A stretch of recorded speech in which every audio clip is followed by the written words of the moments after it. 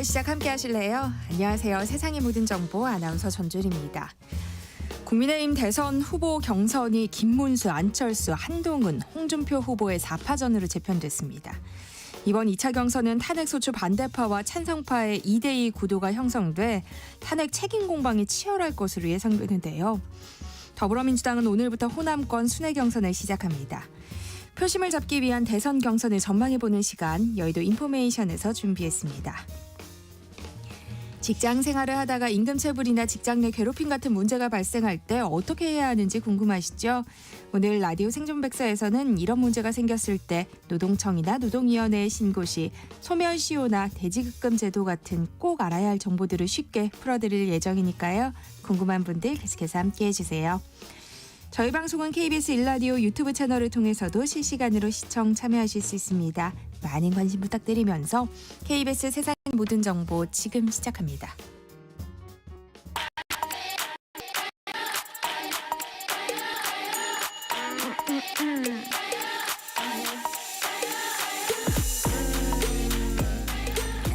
혹시 뉴스 빠뜨리셨나요? 한낮에 전해진 소식들 꼼꼼히 정리해드리겠습니다. 오늘의 뉴스 조현정 시사평론가와 함께합니다. 안녕하세요. 네, 안녕하세요. 네, 프란치스코 교황 선종의 14억 카톨릭 신자들뿐 아니라 세계 각지에서 애도의 물결이 일고 있어요. 네, 지금 신도들만의 애도가 아니고요. 전 세계 각계각층 그리고 또 현장에서는 로마 시민들 추모 행렬이 이어지고 있습니다. 각 나라 분위기 보니까 항상 관심을 가져주셨다 이렇게 얘기를 해요. 가자지구, 우크라이나, 콩고 민주공화국 이런 전쟁 지역에서 특히나 더 가슴 아파하고 있고요. 교황을 애도하는 기간 세계 전역에서 매일 기도 예배와 추모 미사 열립니다. 교황의 고향인 아르헨티나 정부는 7일간 국가 애도 기간을 선포했고요. 스페인도 사흘간 국가 전체가 애도 시간을 가집니다. 우리나라도 서울 명동성당 지하에 공식 분향소가 마련됐는데 누구나 방문할 수 있고요. 한덕수 권한대행도 분향소를 찾았습니다. 근데 어제 또 비가 많이 내렸잖아요. 근데 이렇게 궂은 날씨에도 전국 각지에서 추모하려는 시민들이 모여들었어요. 일부 시민들 많이 눈물도 흘리셨고 또 인터뷰한 분들 보니까 개신교도지만 교파가 다르다고 배척하지도 않고 큰 어른을 잃은 마음이라서 찾아왔다 하신 분들도 있었고요. 천주교 서울대 교구는 상임위를 열고 전국 각 교구 주교자 성당에 재량에 따라서 분향소 설치하고 교구별로 추모미사 거행하기로 결정했습니다. 명동성당 빈소는 로마 바티칸 교황 장례식이 엄수될 때까지 매일 오전 9시부터 오후 9시까지 빈소 운영하고요. 또 프란치스코 교황의 바티칸 장례 미사 참석을 위해서 조문단을 꾸렸습니다. 염수정 추기경 필두로해서 가고요. 기독교와 개신교와 조계종 이런 다른 종교들도 일제히 애도문 발표하고 프란치스코 교황의 선종을 추모했습니다. 그리고 장례 미사에 각국 고위 인사들이 참석할 전망인데요. 그 미국의 트럼프 대통령 같은 경우에는 프란치스코 교황하고 사이가 안 좋았어요. 일단 대표적으로는 이민자 문제라든가 이런 거에서 각을 세울 수밖에 없는 사람들이었는데 트럼프 대통령도 그 부인 멜라니아 여사와 함께 장례식에 참석할 계획을 공식적으로 발표를 했고요. 마크롱 프랑스 대통령, 젤렌스키 우크라이나 대통령, 하비에르 말레이 아르헨티나 대통령도 장례식 참석 의사를 밝혔습니다. 차기 교황을 선출하는 콘클라베가 조만간 열릴 텐데요. 후보군에도 큰 관심이 쏠리고 있어요. 네, 통상적으로 걸리는 시간 고려하면 5월 초쯤부터 시작이 될 걸로 전망이 되고 있어요. 이 방식이 어떻게 되냐면 80세 미만인 전 세계 추기경들이 모입니다. 그렇게 해서 바티칸 시스티나 성당에서 투표를 진행하는데 우리나라에서는 교황청 성직부 장관인 유흥식 추기경이 콘클라베에 참석을 하고요. 그 염수정 추기경 같은 경우는 올해 만 81세라서 이 투표에는 참석을 못합니다. 네. 그리고 3분의 2 이상 득표가 나올 때까지 계속하는데 이게 정해진 기한이 없어서 무제한 이어가는데 예를 들면 1200년대에는 아주 오래된 얘기지만 2년 9개월 지난 다음에 뽑혔어요. 근데 다만 이 최근에 100년간을 봤을 때는 나흘을 넘기지 않았던 바로 이틀 만에 프란치스코 교황도 뽑히기도 했고요. 결과는 우리가 굴뚝에서 나오는 연기 색깔로 알 수 있는데 네. 검은 연기가 나오면 부결됐다. 하얀 연기가 나오면 새 교황이 선출됐다라는 뜻이라고 하고요. 차기 교황 후보군으로 벌써 많은 사람들이 거론되고 있는데 교황청 서열 2위 피에트로 파롤린 국무원장이 있고 헝가리 출신인 페터 에르데 추기경 등등이 거론이 되고요. 우리나라에서도 후보군이 한 명 있습니다. 그 방금 말씀드린 유흥식 추기경 투표권이 있어서 교황 콘클라베도 참석을 하는데 동시에 본인도 피선거권자가 되는 거예요. 네. 그래서 후보에도 오르면서 투표도 할 수 있는 그런 거고. 그래서 프란치스코 교황 때가 워낙에 파격적인 선출이었잖아요. 비유럽권에서 이민자 출신의 뭐 이렇게 됐는데 그렇게 또다시 파격이 이어질지 혹은 전통적인 교리에 중점을 둔 보수적 교황이 뽑힐지 여기에 관심이 쏠리고 있고요. 특히나 최초의 백인이 아닌 교황이 나올지 이게 초미의 관심사예요. 일단 프란치스코 교황이 비유럽권에서 나왔는데 이제는 또 그때보다 시간이 흘렀기 때문에 유색인종이라든가 뭐 아시아 대륙 이런 데서도 나오는 거 아닐까라는 건데 제일 많이 지금 물망에 오르는 게 필리핀의 루이스 안토니오 타글레 추기경입니다. 아시아의 프란치스코라는 게 별명이래요. 어떤 그 프란치스코 교황의 유머, 겸손함, 진보적인 성향을 닮았다고 해서 이런 별명이 붙여졌고요. 지금 유럽 다음으로 많은 추기경 보유한 지역이 아시아 대륙입니다. 그래서 아시아 지역 추기경단의 표심이 교황 선출의 변수가 될 가능성이 있다고 전망이 되고 있습니다. 네. 21대 대통령 선거가 40여일 앞으로 다가오면서 대선 주자들의 발걸음도 분주합니다. 정년 연장이 또 빼놓을 수 없는 공약 사항인데요. 각 정당마다 공약화 작업에 들어가는 모습이에요. 네, 이게 사실 뭐 연금 개혁이라든가 여러 가지를 다 아우르는 내용이 정년에 대한 내용이죠. 그래서 국민의힘은 퇴직 후에 재고용 방식을 통한 계속 고용으로 가겠다라는 거고 민주당은 법정 정년을 65세까지 단계적으로 늘리는 쪽으로 무게를 시고 있습니다. 권영세 국민의힘 비대위원장은 정년은 끝이 아니라 경험이 자산으로 전환되는 시작이어야 된다. 정년 유연화와 계속고용제를 도입하겠다. 이렇게 밝혔는데요. 그러니까 정년으로 퇴직은 했지만 자신의 경력을 살려서 실력에 따라서 재고용될 수 있도록 설계하자라는 게 국민의힘 공약의 골자예요. 근데 문제는 퇴직 후에 재취업하면은 그 임금을 그대로 주면 사실 경쟁력이 떨어지죠. 그래서 임금을 삭감해서 주는 건데 여기에 대해서 국민의힘은 삭감된 임금 중에 일정 부분을 정부가 고용보조금 형태로 지원을 하는 쪽으로 생각을 하고 있는 거고요. 민주당은 이거는 좀 현실성이 떨어진다고 보고 있습니다. 그래서 아예 법정 정년 자체를 늘리자라는 거에 초점을 맞추는 건데 특히나 계속해서 문제로 불거졌던 게 지금 정년은 60세로 맞춰놓고 국민연금은 63세부터 받게 되잖아요. 그럼 3년간의 공백이 생기기 때문에 여기서 불일치한다라는 문제가 계속 거론이 되고 있어서 그럼 이참에 정년도 늘리고 해서 국민연금 받는 시점이랑 요거를 맞춰버리자. 그래서 근본적으로 이 문제를 해소해야 된다라는 게 민주당의 입장입니다. 그러면은 이걸 좀 정리를 해보면 핵심 쟁점은 결국에는 임금을 어떻게 내가 보전해서 더 계속 일할 수 있는지 그리고 그렇게 되면 청년의 일자리는 괜찮은 건지 이 부분이 또 화두가 이어질 수밖에 없어요. 그래서 정당으로 제가 뭐 굵게는 이렇게 정년 연장을 따로 빼서 정리는 할 수 있겠지만 이게 또 세부 내용은 조금 다른 게 홍준표 후보 같은 경우에는 노인 연령을 65세에서 70세로 늘리자. 요 얘기는 그럼 또 정년 연장에다가 임금 피크제까지 연동이 되는 내용인 거고 김문수 후보는 얼마 전에 그 노인 무임승차에 대해서 그걸 좀 더 늘리자라고 했어요. 그러니까 결국에 노인이라는 기준선을 어떻게 세울 것인지 그 정년은 어디까지로 가는 것인지 이런 게 다 연결돼서 얘기를 할 수 있을 것 같고요. 6월에는 또 이제 대선이 있기도 하고 현대차 같은 굵직한 기업들의 노사 임단협과 맞물리는 시기입니다. 그리고 공무원 노조는 이번에 또 목소리를 낸 게 공무원 법정 정년을 현행 60세에서 최대 65세로 연장해달라 이런 것들을 요구하기도 했거든요. 그래서 어쨌든 간 뭐 여러 가지 디테일은 다르지만 초고령 사회로 가고 있는 거는 팩트이고 그리고 경제적으로도 또 우리가 봐야 되고 하다 보니까 어떤 식으로든 정년 연장에 대해서 결정을 내려야 되는 시기가 도래했다는 것은 뭐 불가피한 상황이 됐습니다. 네. 한낮의 교양 파트너 지금 여러분께서는 세상의 모든 정보와 함께하고 계십니다. 대법원이 이재명 전 더불어민주당 대표의 공직선거법 위반 혐의 사건 상고심과 관련해서 전원합의체 두 번째 합의기일을 진행한다고 밝혔어요. 네, 어제 저희가 이 뉴스 급하게 전해드렸는데 그러니까 이재명 후보 사건을 전원합의체 회부하고 바로 첫 합의기일 열어서 네. 본격 심리에 착수하고 그다음 바로 속행기일 잡아서 후속 합의의 검토를 한다는 건데 원래는 그 대법관 4명으로 구성된 2부에 배당을 했다가 조희대 대법원장이 전원합의체 회부를 한 거죠. 사건 접수 당일에 곧바로 이렇게 첫 합의기일 열린 것도 정말 이례적인 네. 절차입니다.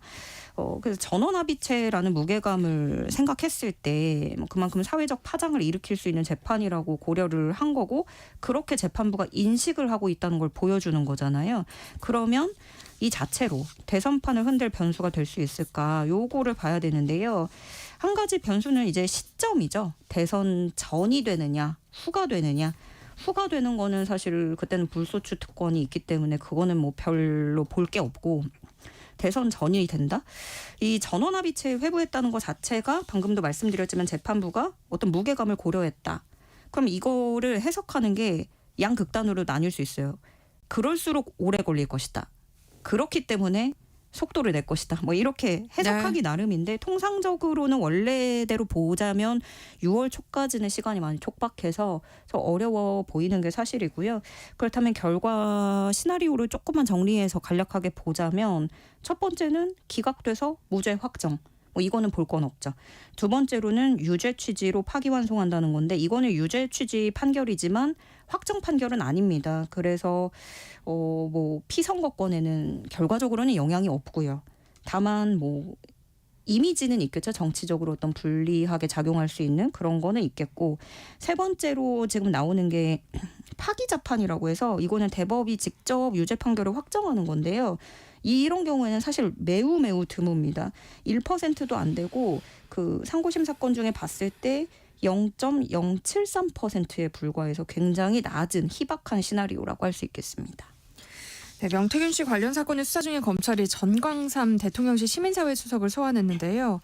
이 명태균 게이트와 관련해 대통령실 수석 비서관급 간부를 부른 건 이번이 처음이죠. 네. 검찰이 그 명태균 의혹 불거진 이후에 이 전광삼 대통령실 시민사회 수석이 오세훈 서울시장하고 연락을 주고받은 정황을 포착한 것으로 전해졌는데요. 그러니까 오세훈 시장이 2021년에 서울시장 재보궐선거 출마했을 때 그 당시 전광삼 대통령실 시민사회 수석이 명태균 씨한테 공표 여론조사 진행할 언론사를 연결해줬다라는 진술을 확보했다는 겁니다. 이 전광삼 전 수석이 어떤 사람이냐면 서울신문 기자 출신이고요. 오세훈 캠프를 좀 뛰었는데 공식 직함을 달고 있던 건 아니에요. 그런데 오세훈 시장의 핵심 측근으로 사람들이 다 알고 있었고 그렇게 알고 있었고 팀원이 전략사업본부 부사장을 지내기도 했습니다.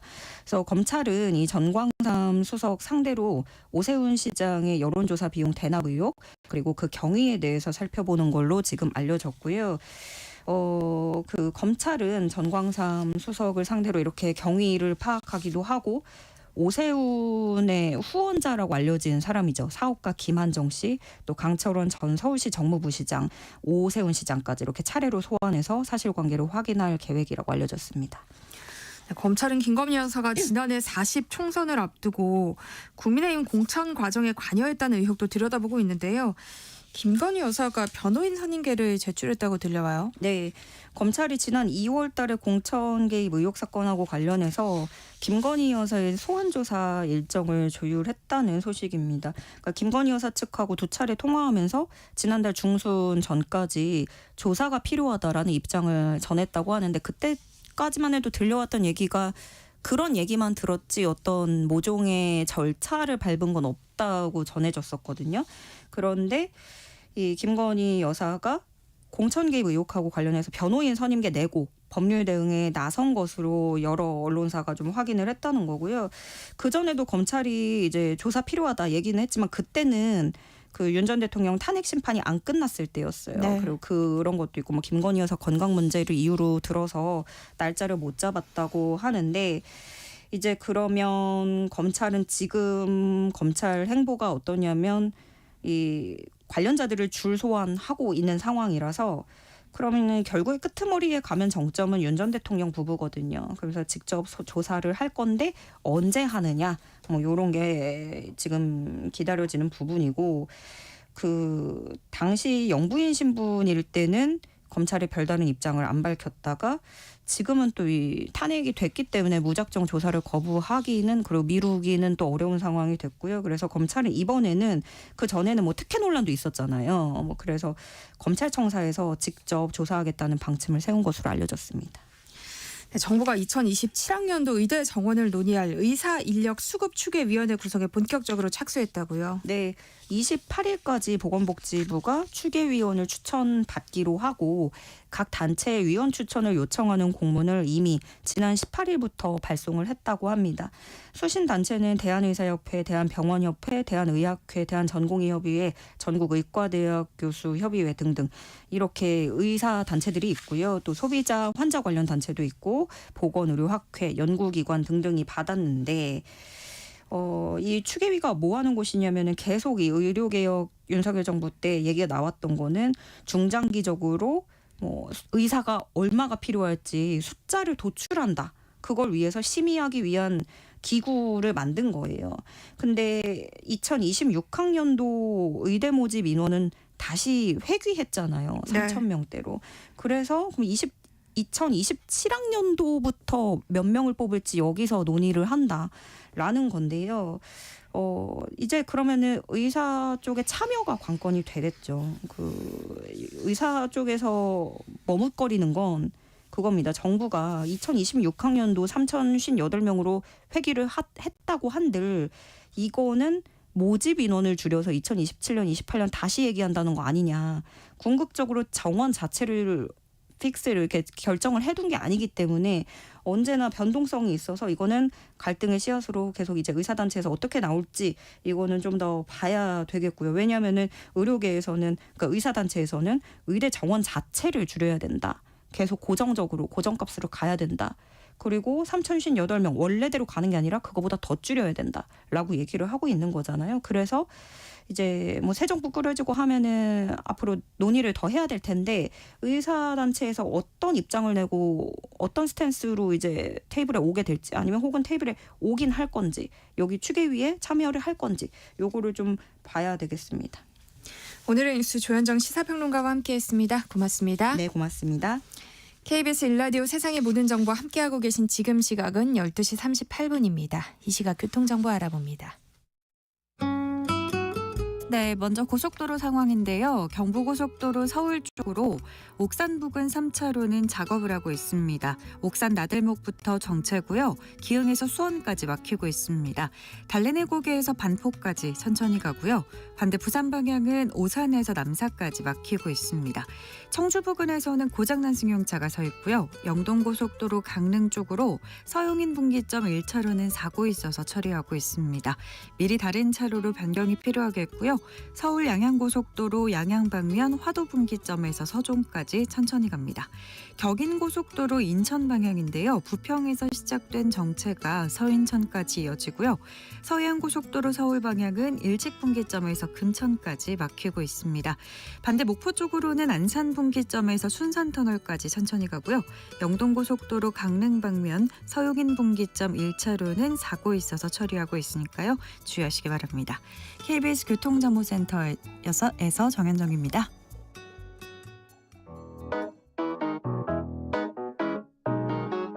세상의 모든 정보는 청취자분들의 관심과 참여를 기다립니다. 방송 들으시면서 궁금한 점이 있거나 의견 공유하고 싶은 분들 계시면 문자 보내주세요. 추첨을 통해 모바일 쿠폰 보내드리겠습니다.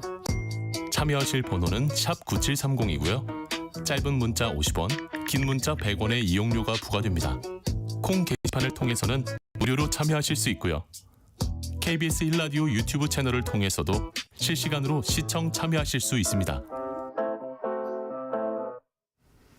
투자의 국경이 없어진 지 벌써 오래죠. 안방에서 우리나라 증시는 물론이고 전 세계 어디든지 투자하는 시대인데요. 그래서 한 주간에 딱 한가운데인 수요일 동학개미는 물론이고 서학개미들도 꼭 알아야 할 금융시장 정보를 모아서 전해드립니다. 수요 금융시장 오늘도 윤은별 연합 인포맥스 기자와 함께합니다. 안녕하세요. 안녕하세요. 네, 먼저 주식 시황부터 짚어주세요. 네, 오늘은 코스피랑 코스닥 모두 1%대 상승률을 개장 초반부터 보이고 있습니다. 업종 상관없이 전반적으로 반등을 시도를 하고 있는데요. 뒤에서 말씀을 드리겠지만 테슬라가 아침에 실적 발표하고 컨퍼런스 콜을 하면서 시간 내에 한 4%에서 5% 정도 급등을 했거든요. 네. 그러면서 전기차와 관련된 우리나라 2차 전지주도 수혜를 보고 있습니다. LG 에너지 솔루션이 한 4% 정도, 포스코 퓨처엠이 6%대 정도로 조금 큰 폭의 상승세를 보이고 있고요. 이런 2차 전지주들이 지금 좀 상승폭이 큽니다.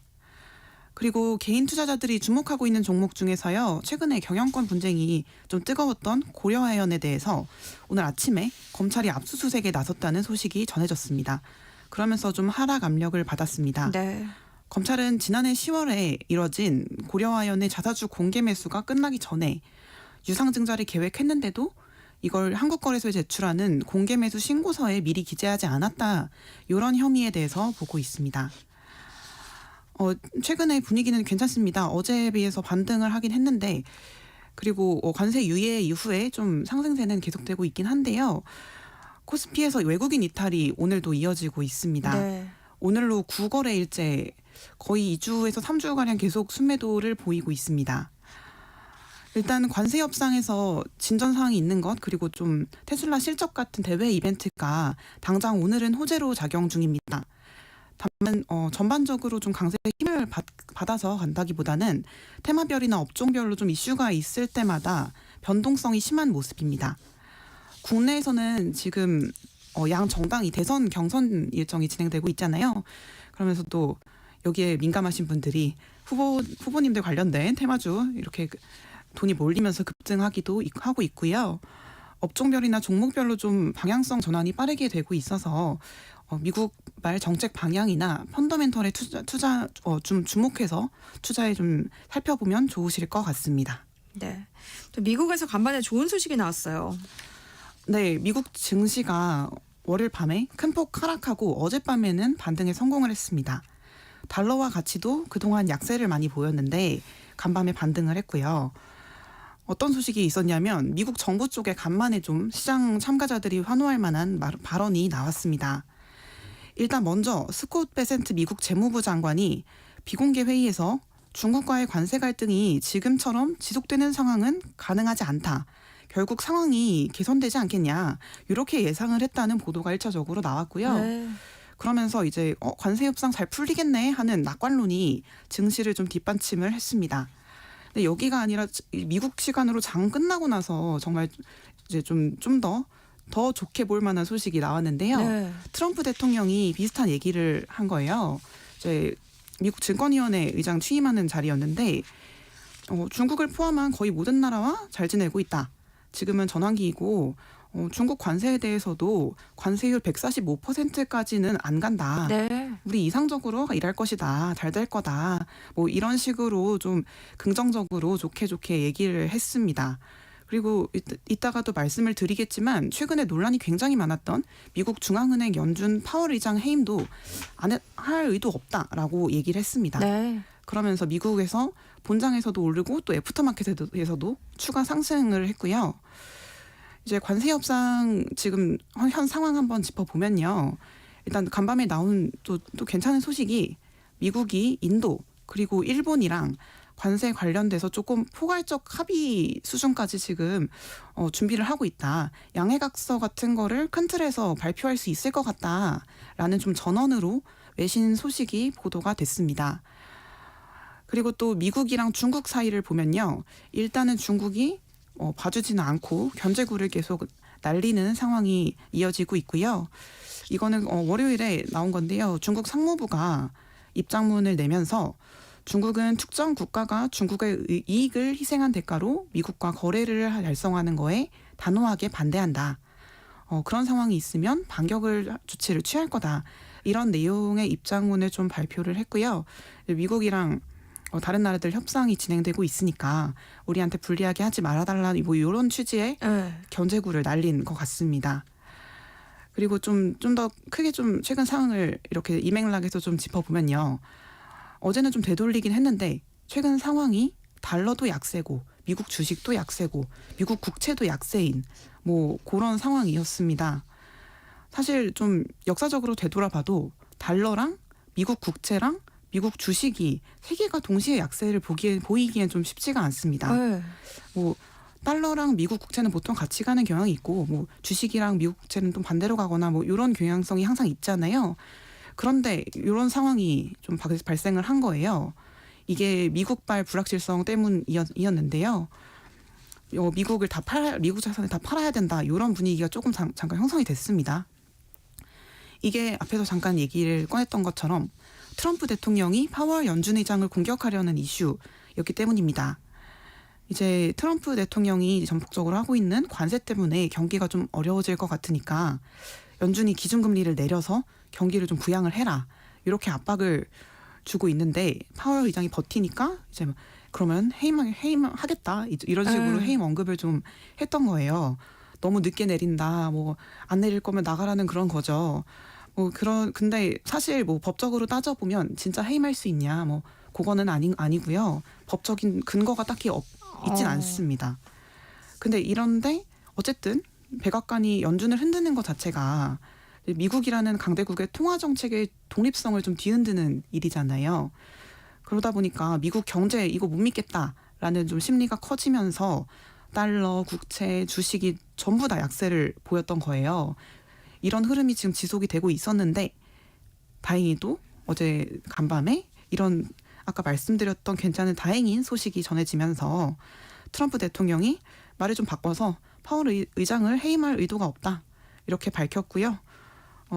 대신에 뭐 그냥 해임할 의도는 없고 파월 의장이 인하 계획에 좀 더 적극적으로 나서길 바란다라고 얘기를 했습니다. 전에 되게 공격적으로 파월을 몰아붙이던 것보다는 상당히 톤다운이 됐고요. 이렇게 트럼프 대통령의 발언이 지금 시점에서 상당히 긍정적인 신호로 작용은 하고 있습니다. 다만 물론 이 대통령의 캐릭터가 참 변화무쌍하잖아요. 그래서 언제든지 말을 바꿀 수는 있습니다. 네. 근데 금값은 계속 오르고 있어요. 왜 그런 거예요? 네, 이것도 좀 방금 말씀드린 맥락과 조금 비슷한데요. 네. 일단 금값이 이번 주에 온스당 3,500달러를 넘겼어요. 올해 들어서 계속 우상향을 하고 있습니다. 네. 올 초에 이게 2,600달러였거든요. 대충 계산하면 뭐 50% 이상 오른 건데 지금 3,500달러를 넘은 게 일단 올해 처음이고 한국 거래소에 거래되는 금값도 올라서 아마 금 현물 뭐 보석이나 이런 거 고민하시는 분들도 굉장히 비싸서 고민을 많이 하실 것 같아요. 돌반지 선물 못 하겠어요. 맞습니다. 지금 한돈에 막 60만 원 이렇게 넘어가고 있고요. 네. 그래서 앞에서도 말씀을 드렸던 것처럼 안전자산이 미국 국채랑 달러잖아요. 근데 미국발 불확실성이 좀 커지면서 원래 미국 국채랑 달러를 안전자산이 필요할 때는 좀 사야 되는데 이게 못하니까 이제 안전자산 또 다른 안전자산인 금으로 좀 몰려갔던 게 있고요. 그리고 요즘에 개인 투자자들도 금 ETF로도 살 수 있고 뭐 접근도 많이 쉬워지기도 했고요.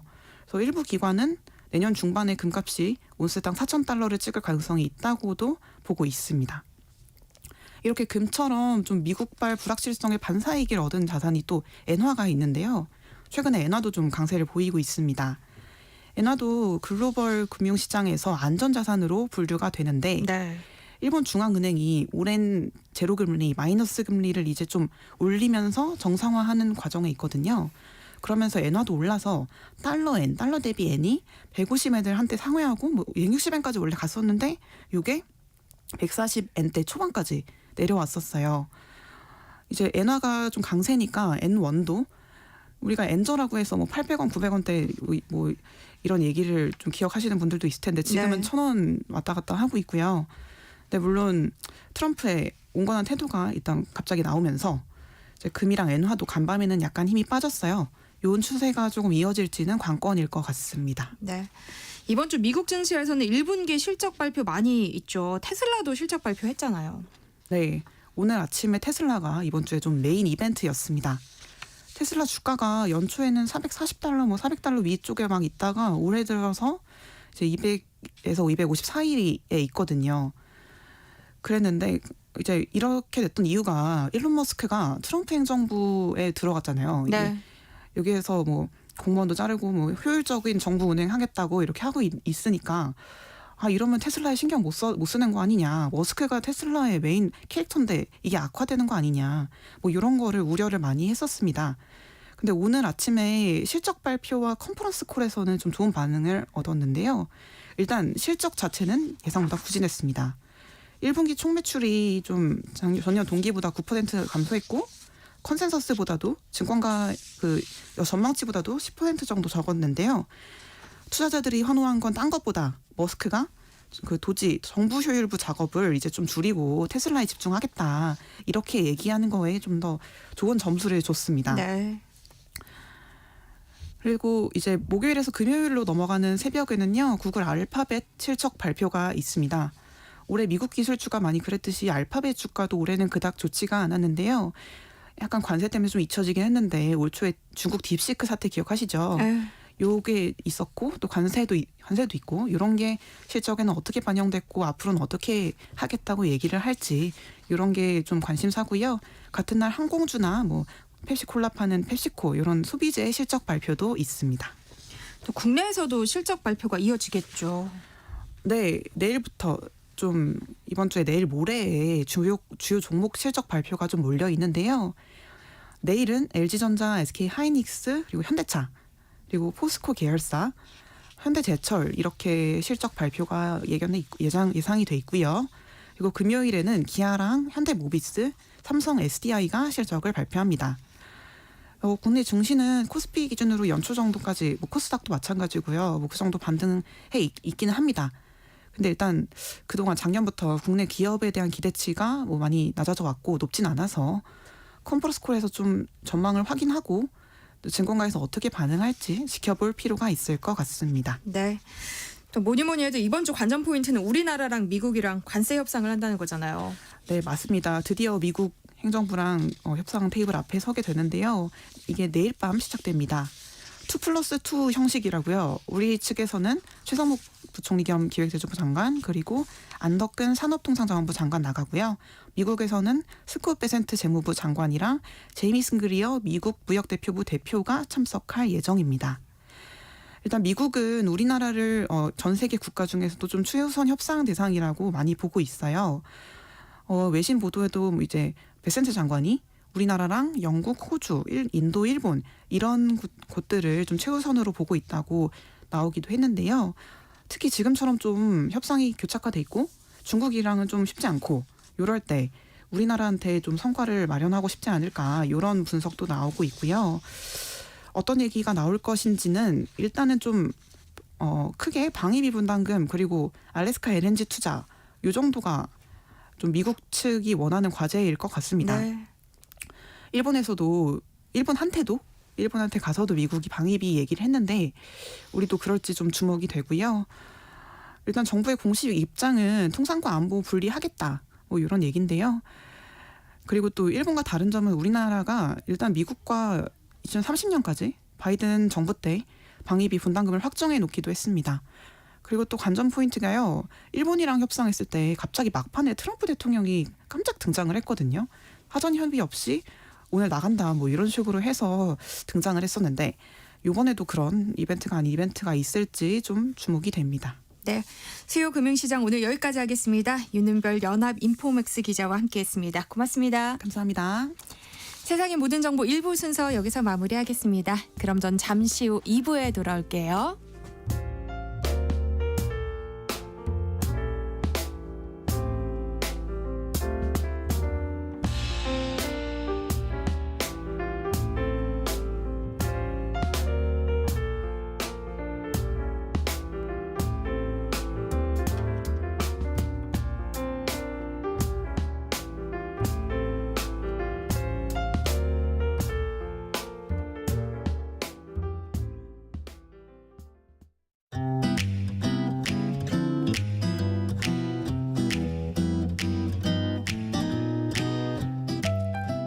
안녕하세요. 바른말 고운말입니다.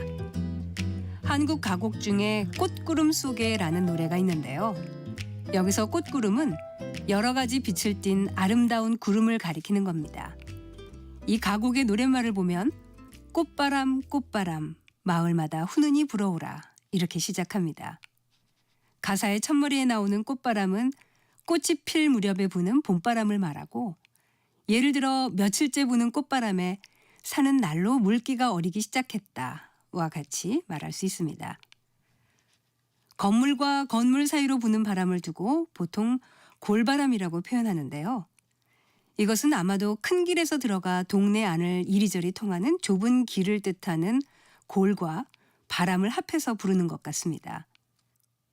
그런데 실제로 사전에 올라와 있는 골바람은 이런 뜻이 아니고 골짜기에서부터 산 꼭대기로 부는 바람을 가리키는 것입니다. 등 뒤로 불어오는 골바람이 산을 오르는 발걸음을 조금 가볍게 해준다. 이렇게 표현할 수 있겠습니다. 그리고 한글 표기로는 강바람이라고 쓰지만 발음과 뜻이 다른 표현들이 있습니다.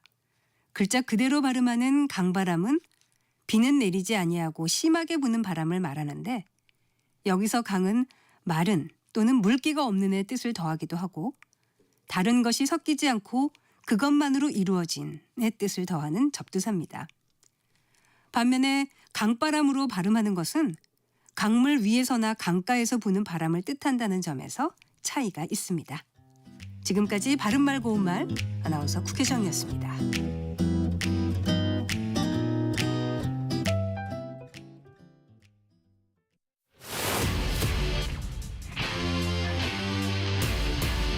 토론에 정답은 없습니다. 토론이 세상을 바꿀 수도 없습니다. 하지만 질문은 새로운 세상을 만들 수 있습니다. 질문으로 올바른 세상을 만드는 첫걸음. 평일 저녁 7시 20분 KBS 열린 토론.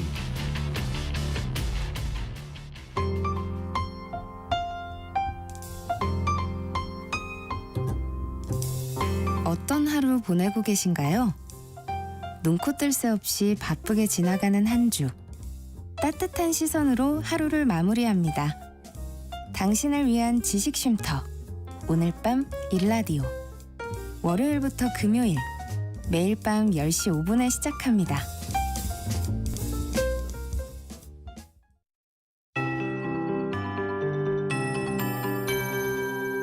KBS 58분 날씨. 하늘에 구름은 많이 껴 있는데 먼 풍경이 선명하게 잘 보이고 있습니다. 공기가 깨끗해서인데요. 오늘은 종일 전국의 미세먼지 농도가 좋음에 머물겠습니다. 환기를 마음 놓고 하셔도 좋은 하루가 되겠습니다. 내륙 지역은 구름 사이로 볕이 강하게 내리쬐고 따뜻한 남서풍이 불어오면서 어제보다 기온이 1도에서 6도 정도 올랐습니다. 오늘 낮 최고 기온이 서울과 전주 24도, 대전 25도, 광주 23도, 대구 22도 등으로 예년 이맘때보다 2도에서 5도 정도 높아 내일은 초여름 날씨가 나타나겠는데요. 반면 동쪽 해안 지역과 제주도는 선선한 북동풍의 영향으로 강릉과 울진 14도, 부산, 제주 18도 등에 머물겠습니다. 한편 동해안은 아직 바람이 강하게 불고 있고 울릉도 독도에는 강풍주의보도 발효 중입니다. 동해안 지역의 바람은 오후에는 차츰 잦아들 전망입니다.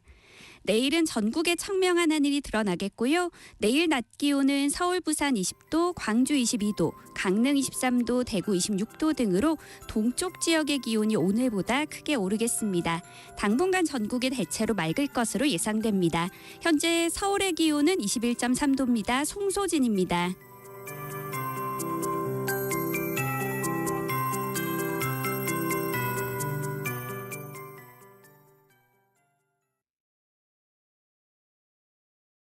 정성을 다하는 국민의 방송 KBS가 한시를 알려드립니다.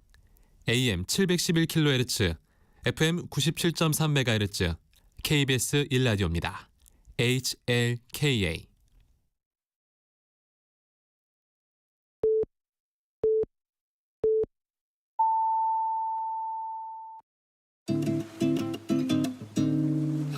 나른한 오후를 책임질 영양 만점 지식 비타민.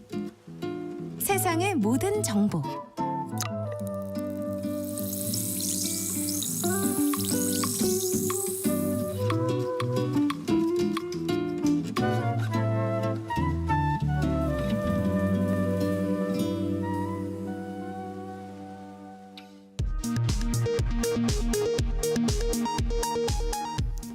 이 시각 라디오 정보센터 뉴스입니다.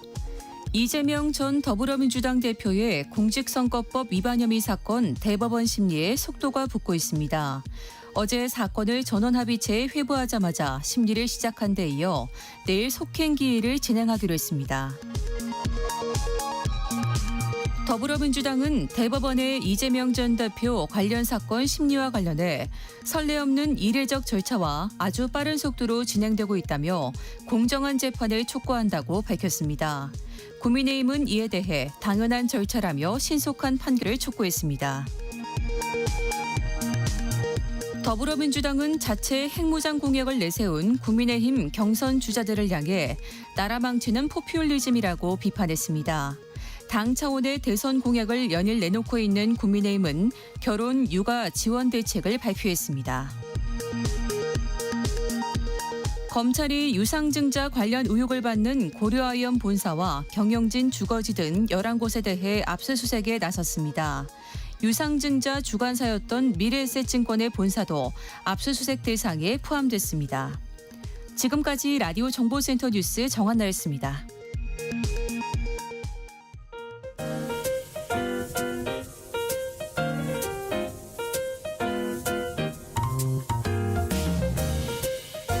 정신없이 바쁜 하루, 지금 우리 주변에서 벌어지고 있는 사건 사고 소식들 한숨 돌리며 살펴보시죠.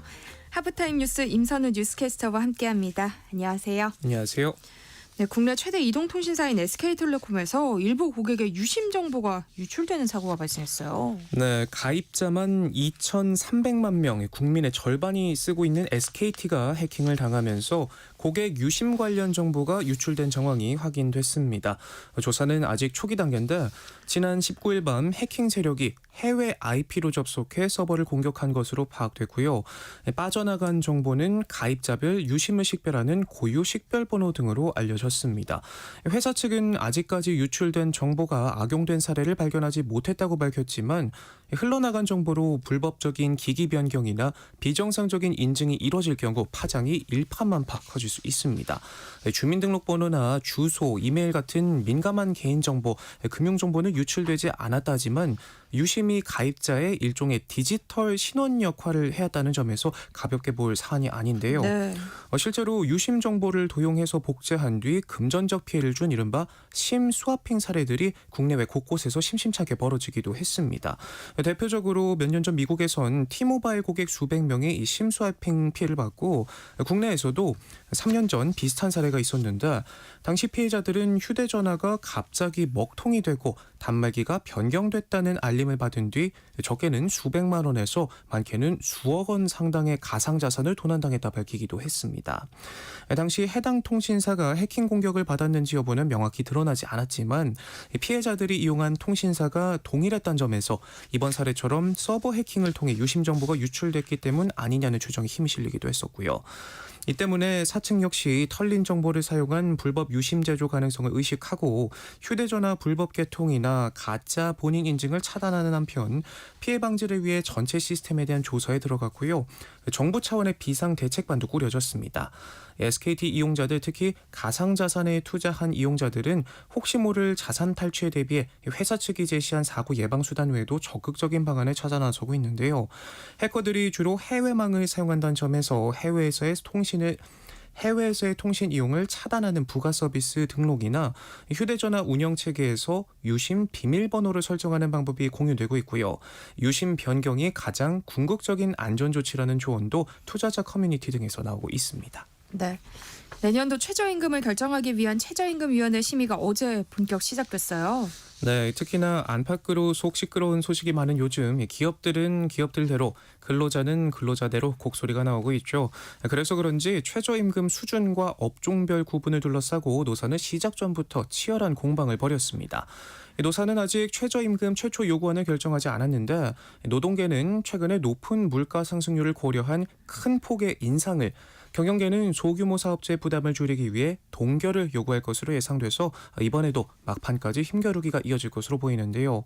최저임금위원회가 지난해 12월 정리한 보고서를 보면 상시 근로자 300인 미만 사업주의 약 60%는 내년에 적용될 최저임금 인상액의 적절한 수준으로 동결을 꼽았고요. 반면 근로자의 경우 약 26%가 3에서 6% 인상을 적절하다 봤는데 올해 최저임금 같은 경우에는 시급 기준으로 사상 처음으로 10,000원을 넘겼지만 인상률은 1.7%로 2021년을 제외하면 역대 두 번째로 낮았습니다. 또 눈여겨볼 만한 점은 올해 심의에서도 법에는 규정돼 있지만 1988년 이후 적용한 사례가 없는 업종별 구분 적용 여부도 논란이 됐는데 경영계는 최근 매년 일부 업종의 최저임금을 낮추는 방안을 제시하고 있어서 진통이 예상되고요. 최저임금위는 노동부 장관의 심의 요청을 받은 날로부터 90일 이내인 6월 말까지 최저임금 수준을 의결에 제출해야 하지만 그간 법정 심의 시한이 지켜진 건 9차례에 불과해서 7월까지 심의가 이어지는 경우가 많았는데 올해는 특히나 어려운 경기에 양측이 첨예하게 각을 세우고 있어서 난항이 예상됩니다. 사고 소식도 살펴볼까요? 남양주의 한 아파트 주차장 옹벽이 붕괴되는 사고가 발생했어요. 네, 전국 곳곳에 많은 비가 내렸던 어제 남양주 한 아파트에서 지상주차장 옹벽이 무너져 내렸습니다. 3m 높이로 지상주차장을 떠받치던 이 벽이 갑자기 아파트 쪽으로 넘어져 버렸는데요.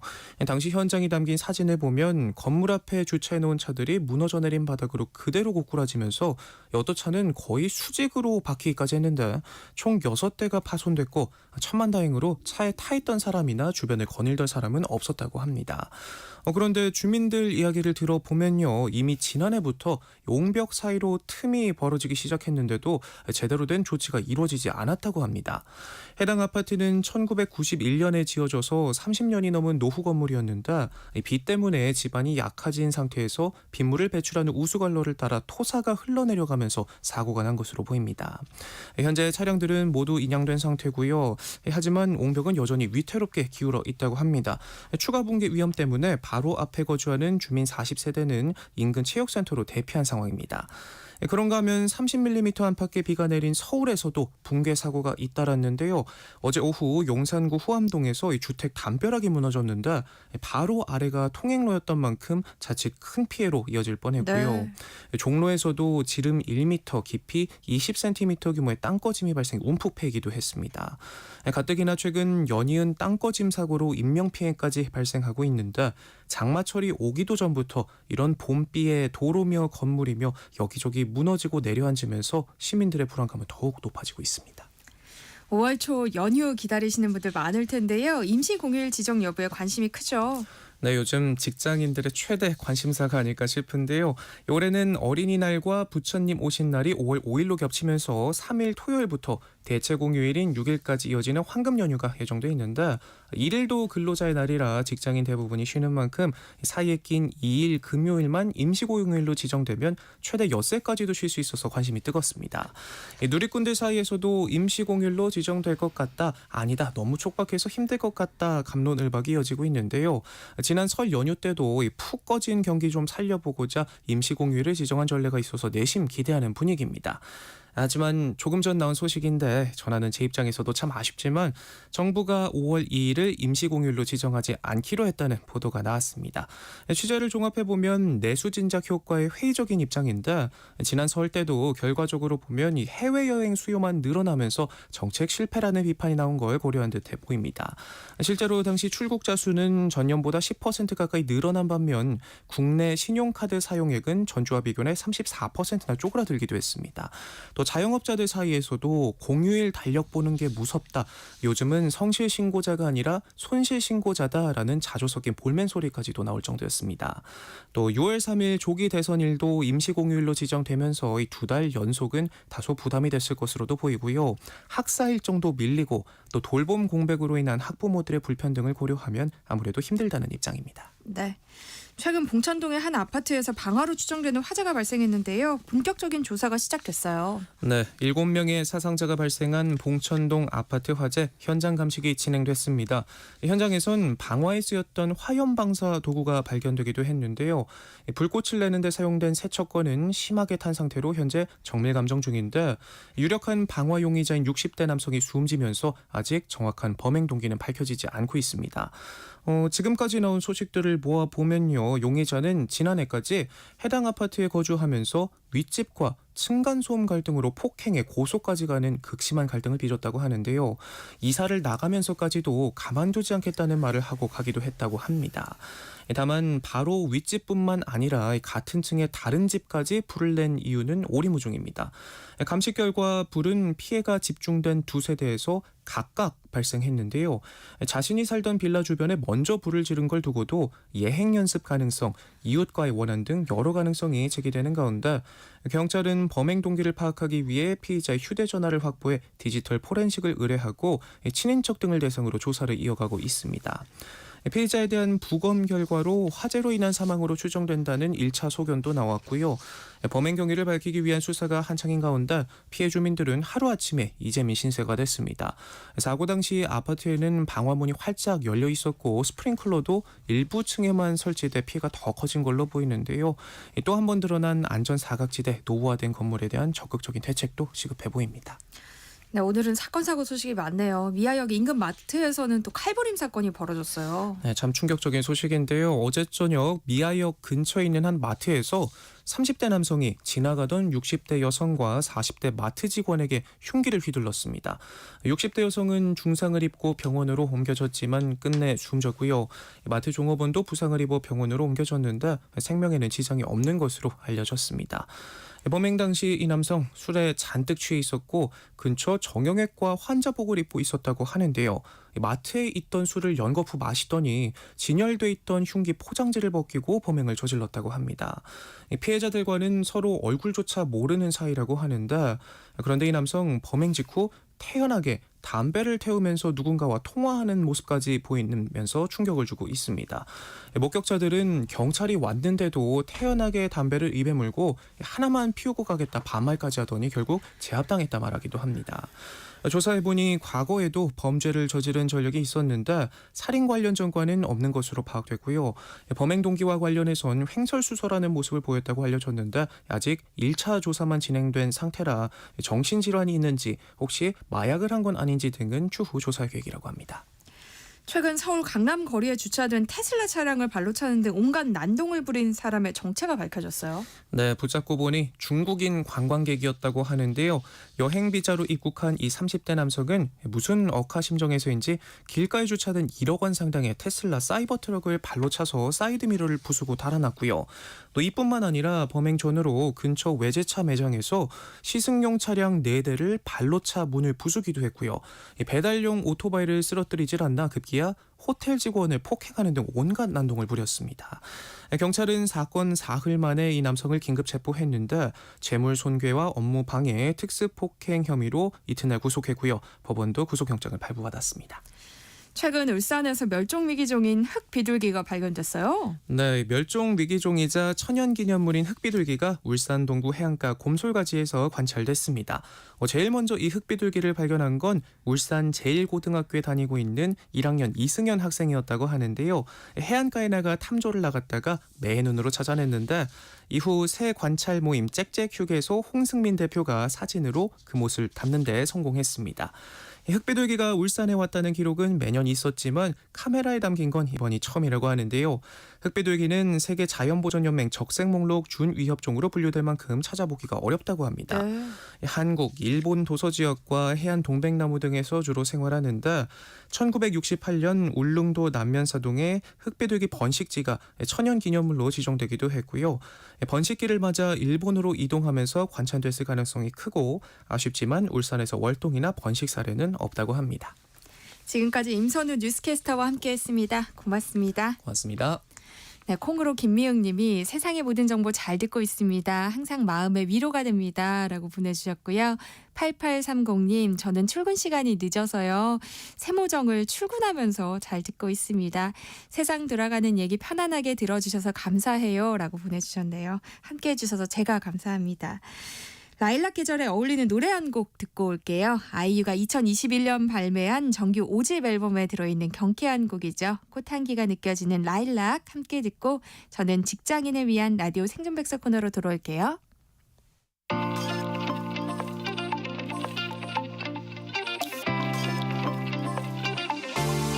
내리는 꽃가루에 눈이 따끔해 눈물이 고여도 꼭 참을래 내 맘 막힌 비밀 쓸어 노릇거울에 넣어두고서 영원히 돼감을 순간이니까 우리 둘의 마지막 페이지를 잘 부탁해 어느 작별이 이보다 완벽할까 Love me all with you spring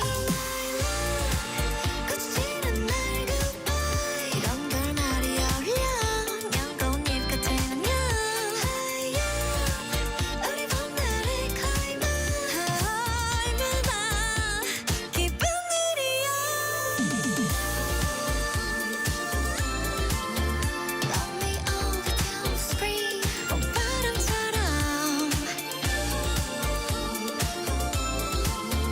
Love me all with you spring 봄바람처럼 기분이 바라건 노래 부르네 입꼬리는 살짝 올린 채 어쩜 이렇게 하늘은 더 바람은 더 완벽한 건지 오늘따라 내 모습 맘에 들어 정말만 그날처럼 예쁘다고 알려줄래 어느 이별이 이토록 달콤할까 Love resembles misty dream 꽃이란 날 goodbye 이런 걸 말이 어울려 냥꽃잎 같은 안녕 우리 봄날의 클라이막스 얼마나 기쁜 일이야 Love resembles misty dream 난 구름처럼 Love resembles misty dream 난 구름처럼 너도 언젠가 날 잊게 될까 시간 표정과 하늘의 향기도 한점 사이에 스쳐간 봄날의 꿈처럼 꽃이란 날 goodbye 내 대답이 날려 냥 약속 같은 안녕 우리 봄날의 클라이막스 얼마나 기쁜 일이야 Love me all with you spring 봄바람처럼 Love me all with you spring 봄바람처럼 Love resembles misty dream 난 구름처럼 Love resembles misty dream 난 구름처럼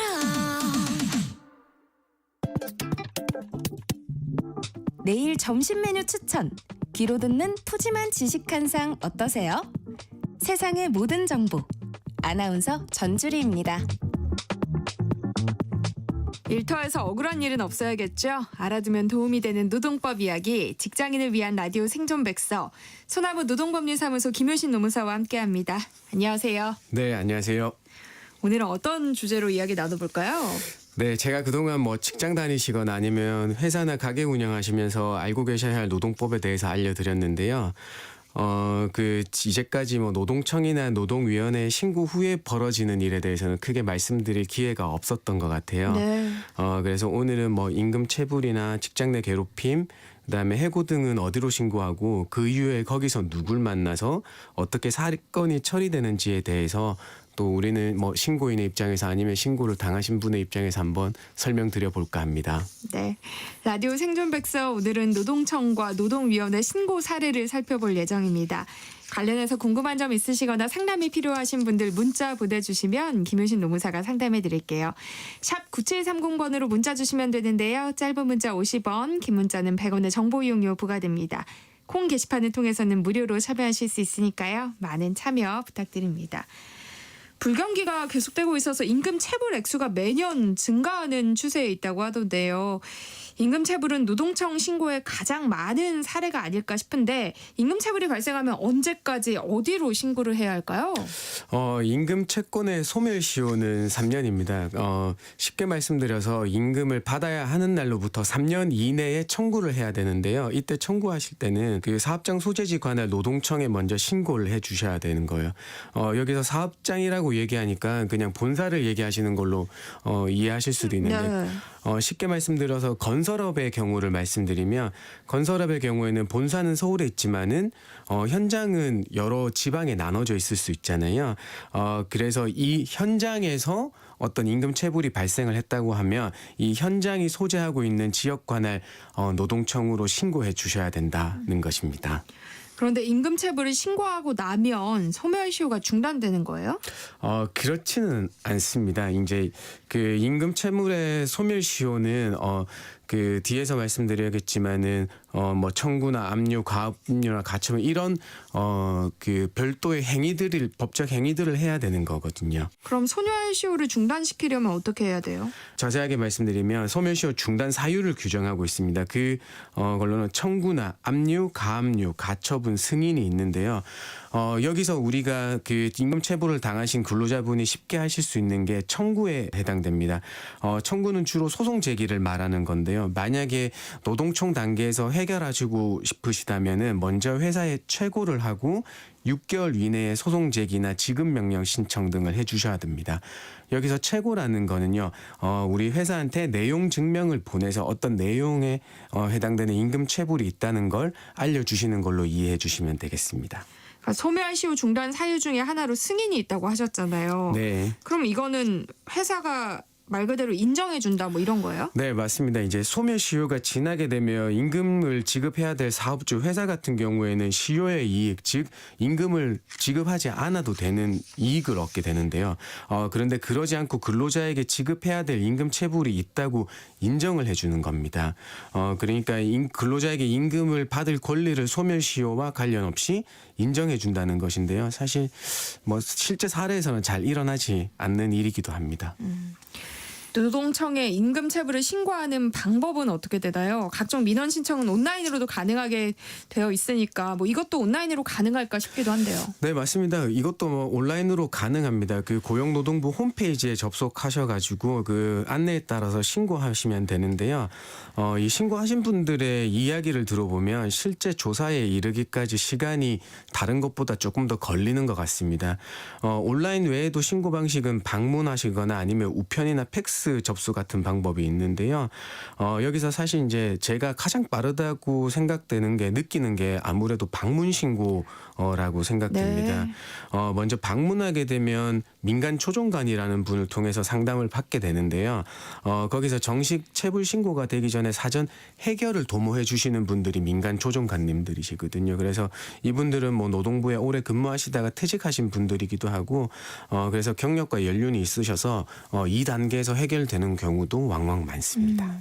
근데 사전에도 해결되지 않아서 정식으로 이제 체불 신고가 되면 바로 처리가 되는 거예요? 처리 기한 같은 게 정해져 있을 것 같은데요. 이게 법적으로 이제 처리 기한이 25일로 정해져 있습니다. 또한 1회 한해서 연장 가능하도록 하고 있는데요. 대부분은 25일 내로 처리되지 못하고 1회에 대해서 연장이 이루어집니다.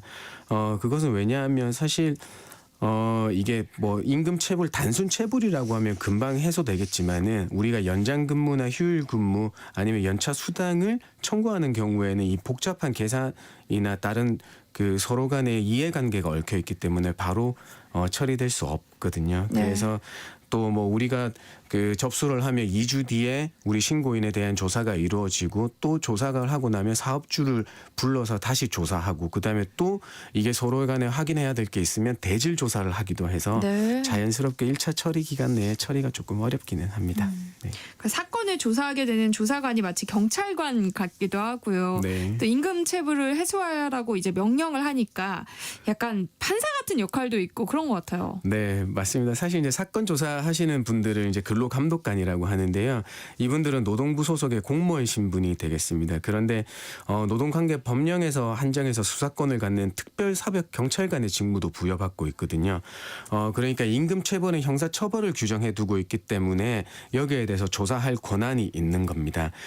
그 과정에서 임금 체불 액수를 확정하게 되면 이제 형사처벌하는 거 외에 이 조속한 체불 청산을 위해서 사업주한테 체불 청산을 지시하게 되는 거거든요. 근데 우리가 이제 잘못 이해하다 보면 노동처에 신고하면 당연히 노동청에서 못 받은 임금 체불을 받게 해주는 걸로 이해하시는 경우들이 많아요. 네. 그래서 이제 그건 아니다라고 말씀을 드리고요.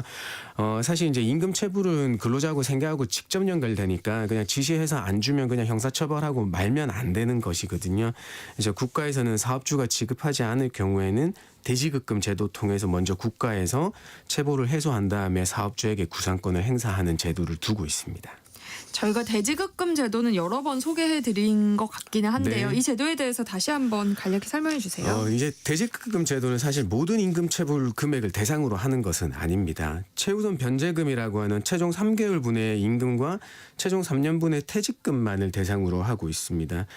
이게 간이 대지급금과 일반 대지급금으로 나누는데요. 이 간이 대지급금은 아까 최우선 변제금들 중에서 최대 1,000만 원까지만 지원이 되는 것이고요. 일반 대지급금은 이 최우선 변제금들을 전체를 대상으로 하지만은 퇴사 당시의 연령과 근무 기간에 따라서 한도 금액을 달리하고 있어서 차이점이 있습니다. 근데 이 간이 대지급금의 경우에는 작년에 좀 강화가 되었다고 말씀드릴 수 있습니다. 왜냐하면 임금 체불 사실이나 체불 액수 등을 조작해서 확인서를 발급받은 뒤에 대지급금을 타내는 부정수급의 사례가 나타나기 시작했거든요. 그래서 노동부는 지침을 통해서 간이 대지급금 신청하기 전에 이 사업주 체불임금 등 사업주 확인서 발급을 하기 위해서 사대보험 관련 자료나 국세청 소득증명 또 사업주의 6개월 이상 임금 대장 등 공정성이 담보된 객관적 자료를 확인해야지만 이 확인서를 발급해주고 있어서 뭐 자그마한 소규모 사업장에서는 임금 대장을 만들어 놓지 않거나 이런 네. 경우에는 지급이 늦어지거나 하는 경우들이 발생하고 있습니다. 네, 이번에는 노동청 신고 사례 가운데서 직장 내 괴롭힘 이야기로 넘어가 볼까 하는데요.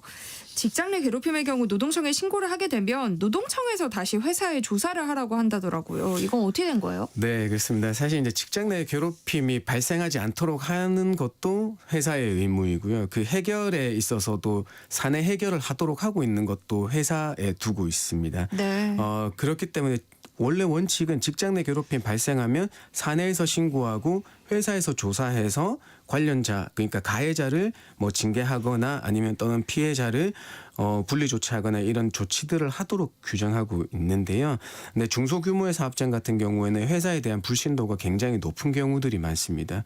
그렇기 때문에 이제 피해를 입으신 분이나 피해자분 같은 경우에는 노동청에 바로 접수하면 거기서 처리해 주실 거라고 생각하는데 아까처럼 우리가 근로기준법의 원칙이 있기 때문에 노동청은 그걸 접수받으면 다시 회사로 그 사건에 알려주고 거기에 대해서 조사 결과 보고서를 내도록 하는 그런 절차를 밟고 있습니다. 어쨌든 그래도 노동청의 감독 아래에서 조사가 진행되는 거잖아요. 네. 그럼 좀 안심해도 될까요? 실제로 이제 주 결과 보고서를 감독관이 확인한다는 측면에서 본다면 회사에서만 결정돼서 끝나는 경우보다는 나을 수 있겠습니다.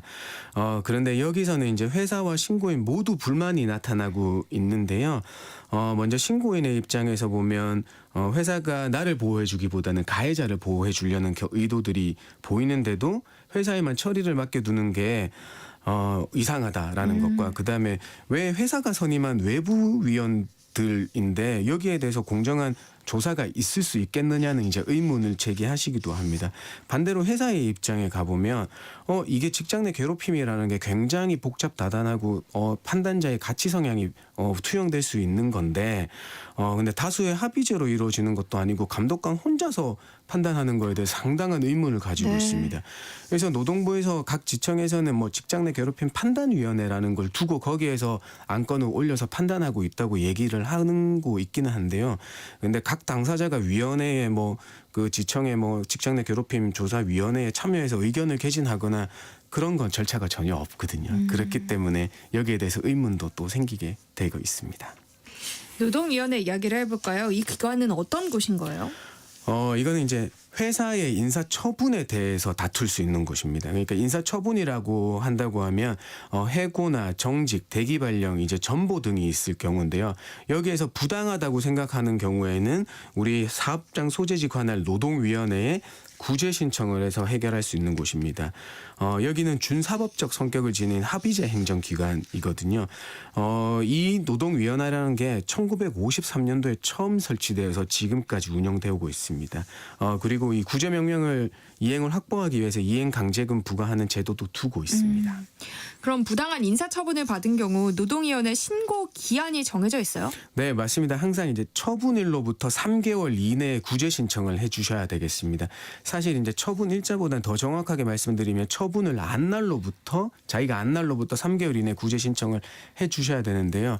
뭐 일반적인 사업장에는 그렇지 않겠습니다만 조금 규모가 있는 사업장 같은 경우에는 회사의 징계 재심 제도를 두고 있는 경우가 있어요. 네.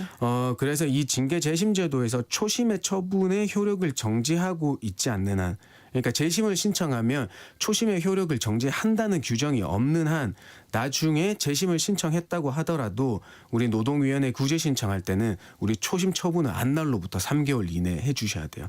이게 쉽게 말씀드리면 나는 재심 신청했으니까 이 결과 보고 어떻게 변하는지 보고 이제 그때 다시 처분을 받으면 나는 구제 신청할 거야라고 이제 많이들 생각하고 계시는데 그러시 마셔야 돼요. 왜냐하면 효력 정지한다는 규정이 없다고 하면 항상 3개월의 기산점은 초심 처분인 거니까 나중에 이게 지나서 이게 구제 신청을 못 받는 경우도 있거든요. 그걸 좀 주의해 주셔야 되겠습니다. 노동위원회 신고 방법도 아까 말씀하신 노동청 신고 방법과 유사할 것 같긴 한데요. 네. 신고할 때 뭐 유의해야 할 점이나 신청 이후에 처리되는 과정은 어떻게 진행돼요? 네, 맞습니다. 신고 방법은 뭐 온라인도 되고요. 방문이나 팩스, 등기 접수도 가능하게 됩니다. 대신에 이제 신고를 하실 때는 그 신청 취지와 신청 이유를 기재해서 제출하게 되겠습니다. 그래서 해고를 기준으로 좀 말씀드려 보면요. 내가 이것을 신청해서 부당해고를 신청해서 얻고자 하는 것, 그러니까 원직 복직을 원하는 것인지 아니면 원직 복직 대신에 위로금 성격의 금전 보상을 원하는 것인지를 의사 표현을 해주셔야 되겠습니다. 네. 그런데 사실 이제 그 원직 복직을 먼저 신청을 했다고 하더라도 나중에 신문회의 개최 통보일 전까지는 우리 금전 보상으로 신청 취지를 변경할 수도 있으니까 그거는 알고 계시면 될 거고요. 그다음에 사건이 접수된 이유는 뭐 이유서와 답변서를 통해서 서로 간의 정당성을 입증하는 서면 공방을 하게 되는 거거든요. 그래서 이 과정에서 상호 합의에 이르게 돼서 사건이 종결되는 경우도 왕왕 있습니다. 그러니까 원직 복직 신청과 금전 보상 신청과의 차이가 회사로 다시 돌아가고자 하는 것과 아닌 것. 그 차이뿐인 거예요? 사실 이제 이 부당해고는 사용자의 기책으로 말미암아서 해고가 원천 무효된 것이어서요. 해고가 없는 상태로 돌아가게 되는 것입니다. 그래서 고용관계를 계속 유지하는 문제 외에도 내가 이 해고 기간 동안에 임금을 받아야 되는 문제가 남아 있습니다. 네. 그래서 원직 복직을 신청하게 되면요. 해고일로부터 원직 복직일까지의 임금을 받을 수 있게 되는 것이고요. 금전 보상의 경우에는 해고일로부터 판정일까지의 임금 상당에만 받을 수 있게 되는 것입니다. 쉽게 뭐 말씀드려서 원직 복직이 그러니까 원직 복직 명령이 내가 해고 신청, 부당해고 구제 신청을 한 이후로부터 얼마 지나지 않아서 바로 나온다고 하면 그 받을 수 있는 해고 기간 동안의 임금은 금전 보상액보다 적을 수 있겠습니다. 그런데 노동위원회나 법원의 판결이 있음에도 원직 복직을 안 시키는 원직 복직 명령을 안 하는 경우들이 있거든요. 그렇죠. 그러면 이거는 실제 복직이 있을 때까지는 임금은 계속 차곡차곡 쌓이게 되어 있습니다. 그래서 우리들 많이들 뭐 말씀하시는데 뭐 만약에 해고 당하면 3개월치를 급여를 받을 수 있다더라고 하는 말씀은 맞을 수도 있고 틀릴 수도 있다. 이렇게 말씀드릴 수 있습니다. 그럼 해고 수당과 금전 보상은 별도인 거예요? 맞습니다. 해고 수당이라는 게 해고를 하기 30일 전에 예고하거나 30일 전에 예고하지 않았을 경우에 받을 수 있는 해고 수당이라는 것이거든요. 그래서 이거는 해고의 정당성 문제와 해고 수당과는 전혀 다른 문제입니다. 그래서 만약에 해고를 당했는데 30일 전에 예고하지 않았다고 하면 별개로 해고 수당을 받아야 되고요.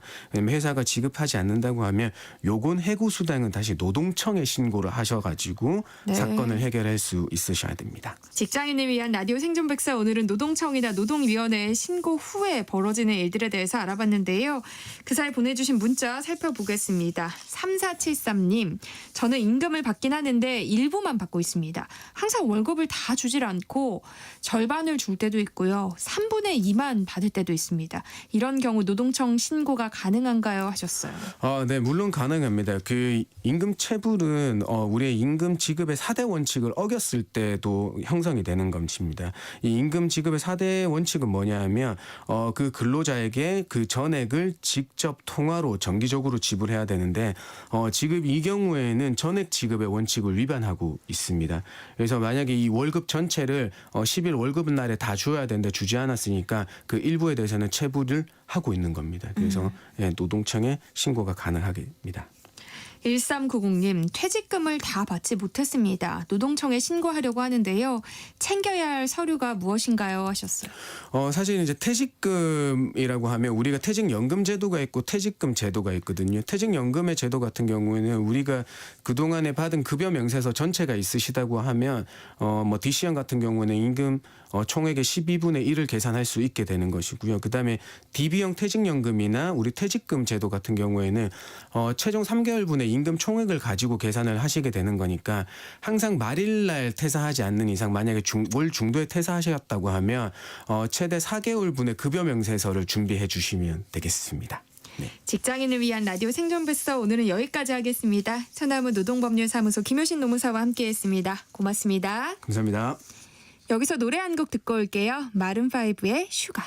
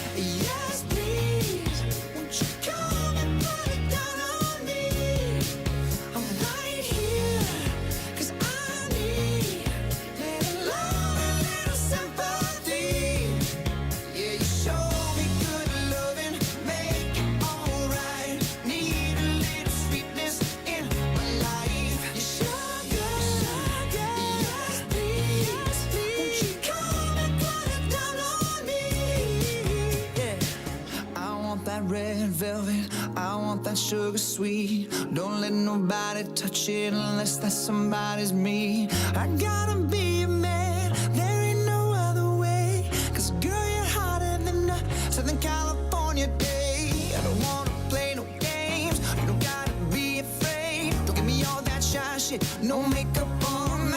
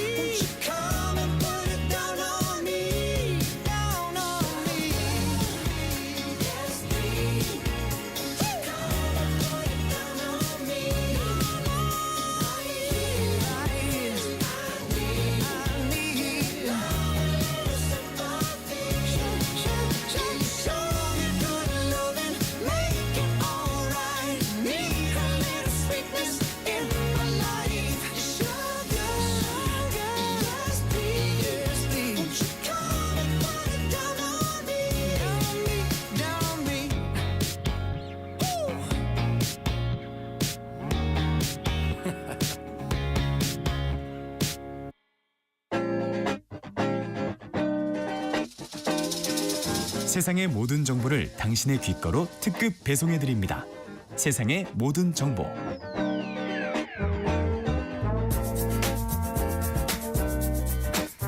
청취자 여러분들을 여의도 정치로 안내해드리는 시간이죠. 여의도 인포메이션. 오늘은 이은지 문화일보 기자와 함께합니다. 어서 오세요. 안녕하세요.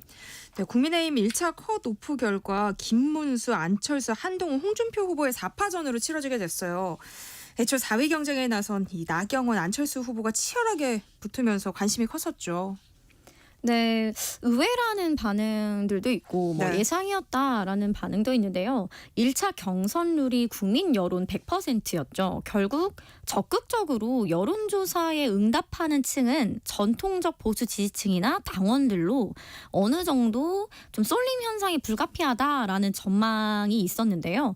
그래서 탄핵 반대파인 김문수, 홍준표, 나경원 후보가 유리할 지 않겠느냐 네. 이런 관측도 있었는데요. 그것과 다르게 나경원 후보가 떨어지고 탄핵 찬성파인 안철수 의원이 사인에 들었습니다.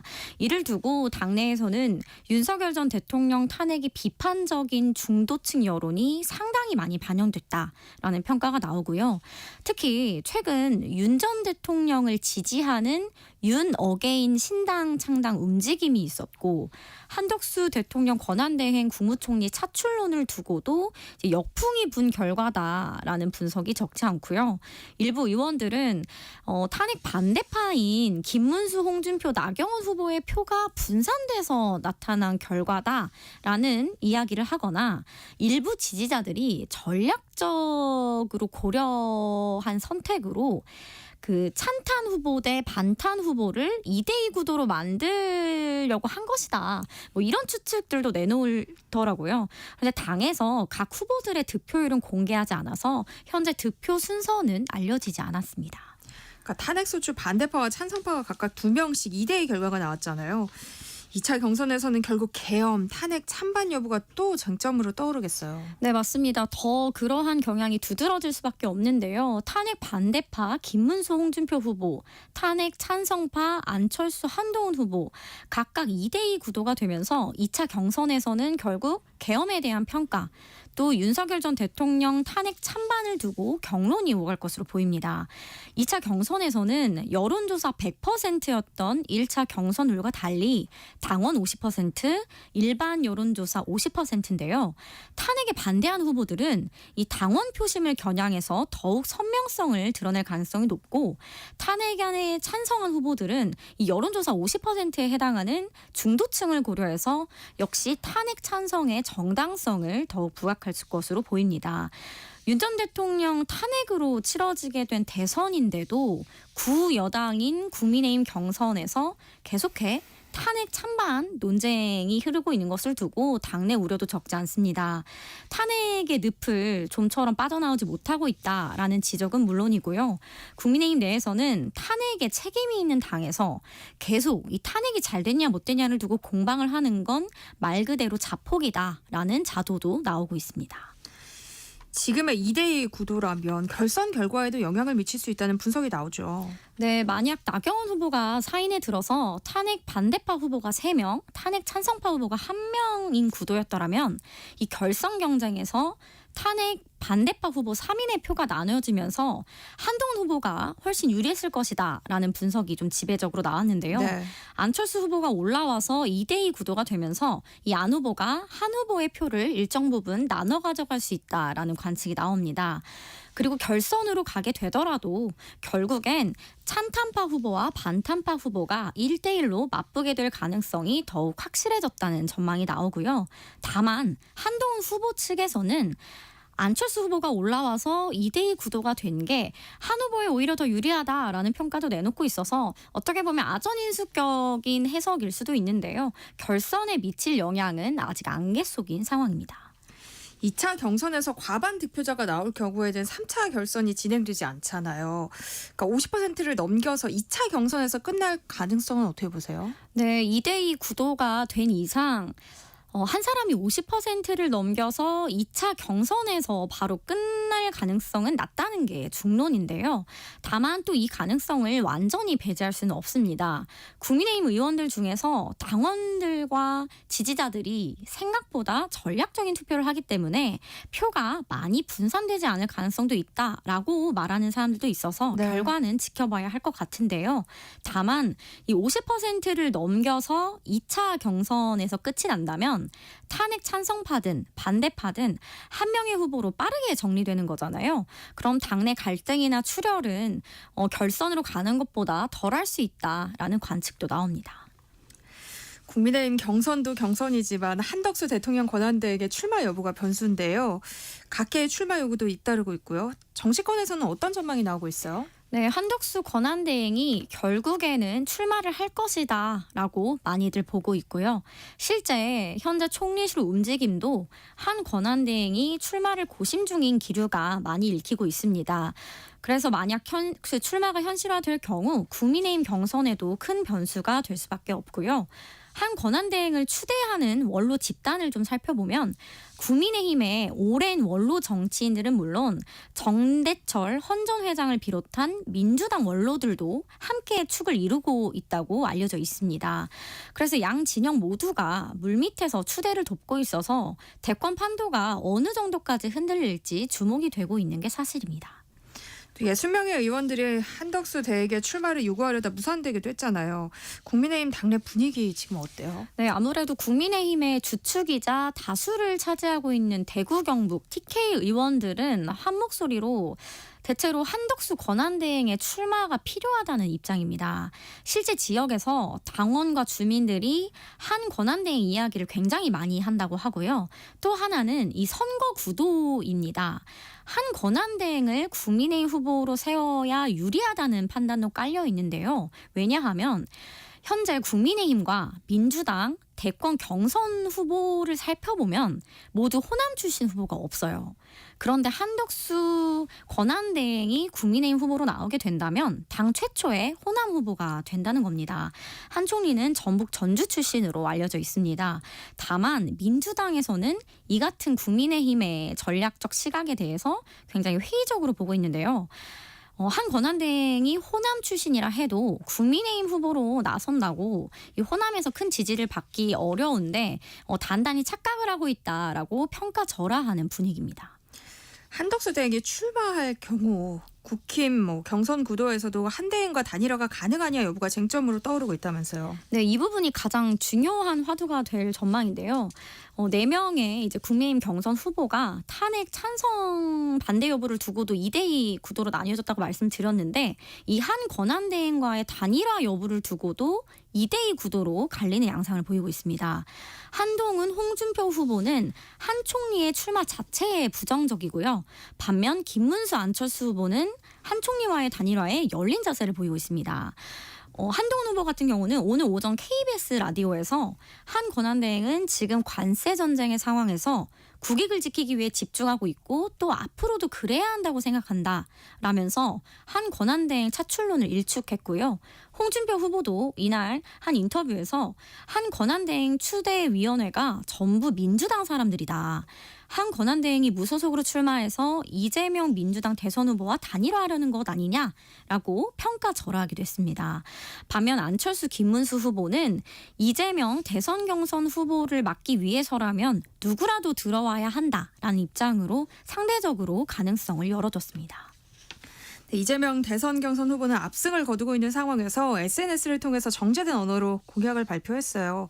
기후 환경 분야 정책 비전이 있었죠. 네, 일강 체제를 연일 굳히고 있는 이재명 후보의 가장 큰 선거 전략은 최대한 아무것도 안 하는 것입니다. 즉 실수를 최대한 하지 않는 방향으로 가자는 전략인데요. 압도적으로 1위 가도를 달리고 있는 상황에서 논란이 될 만한 이슈를 새로 던진다거나 하는 도전적 방식으로 갈 이유가 없기 때문인데요. 공약 발표는 보통 국회 기자회견장에서 하거나 캠프에서 후보가 직접 하는 것이 일반적입니다. 그런데 SNS를 통해서 이 공약 발표를 한 것도 언론 노출을 최소화하고 이 언론과의 질의응답 과정에서의 껄끄러운 질문에 대해 답변해야 하는 상황. 이러한 좀 불필요한 논란을 만들지 않겠다는 거고요.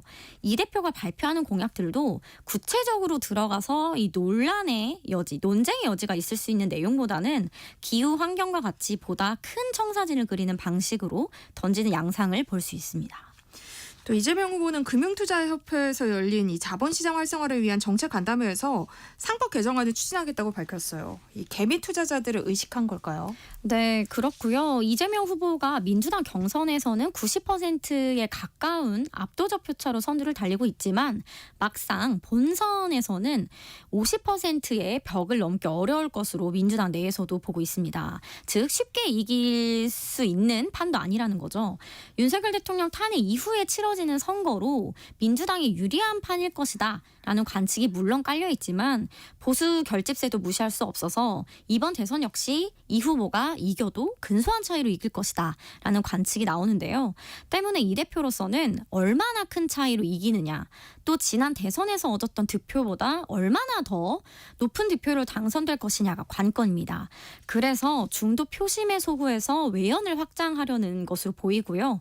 대선 전까지도 지지층보다는 중도로 우클릭 정책을 내놓을 가능성이 더 높습니다. 더불어민주당 경선 주자들은 주말 순회 경선을 앞두고 호남 표심 잡기에 나섰습니다. 민주당 새 후보 모두 호남에 연고가 없는 상태에서 새 후보가 호남을 공략하고자 하는 이유는 뭐예요?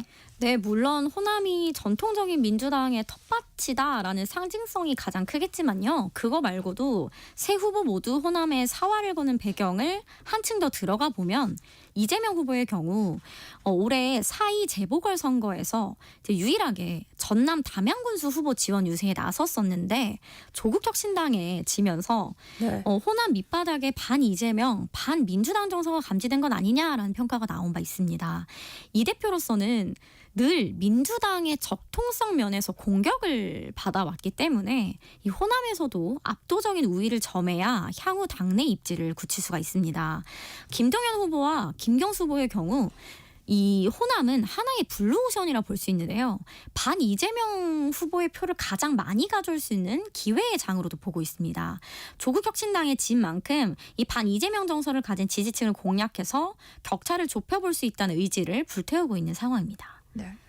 또 그리고 민주당 경선에서 김동연 후보 측에서 당 상관위의 여론조사 기관을 바꿔달라고 주장을 했어요. 이건 왜 그런 거예요? 이건 지난 총선이랑 관련이 있는데요. 이른바 이제 비명계가 대거 이제 좀 많이 공천에서 탈락을 했던 이른바 비명 행사 논란이 일었던 지난 총선 경선에서 이 당 여론조사를 좀 맡아서 일부 업체 관계자, 그 당시 좀 여론조사를 맡아서 논란이 됐던 업체 관계자가 이번 대선 경선에도 포함된 것을 문제 삼은 겁니다.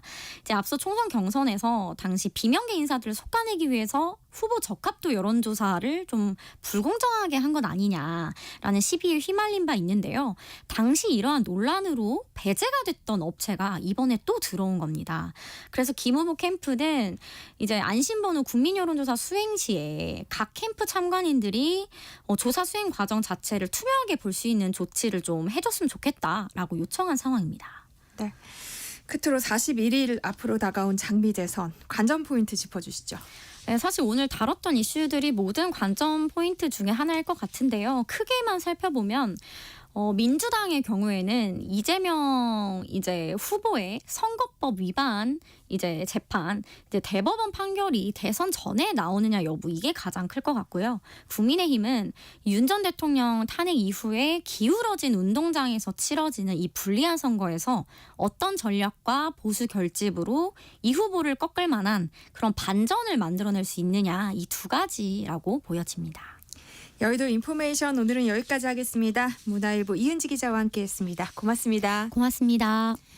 세상의 모든 정보 여기서 마무리할게요. 모바일 쿠폰 당첨자는 홈페이지 공지사항에서 확인하실 수 있습니다. 끝으로 서영은의 플립사랑 함께 들으시고요. 저는 내일 다시 찾아뵙겠습니다. 지금까지 아나운서 전주리였습니다. 고맙습니다.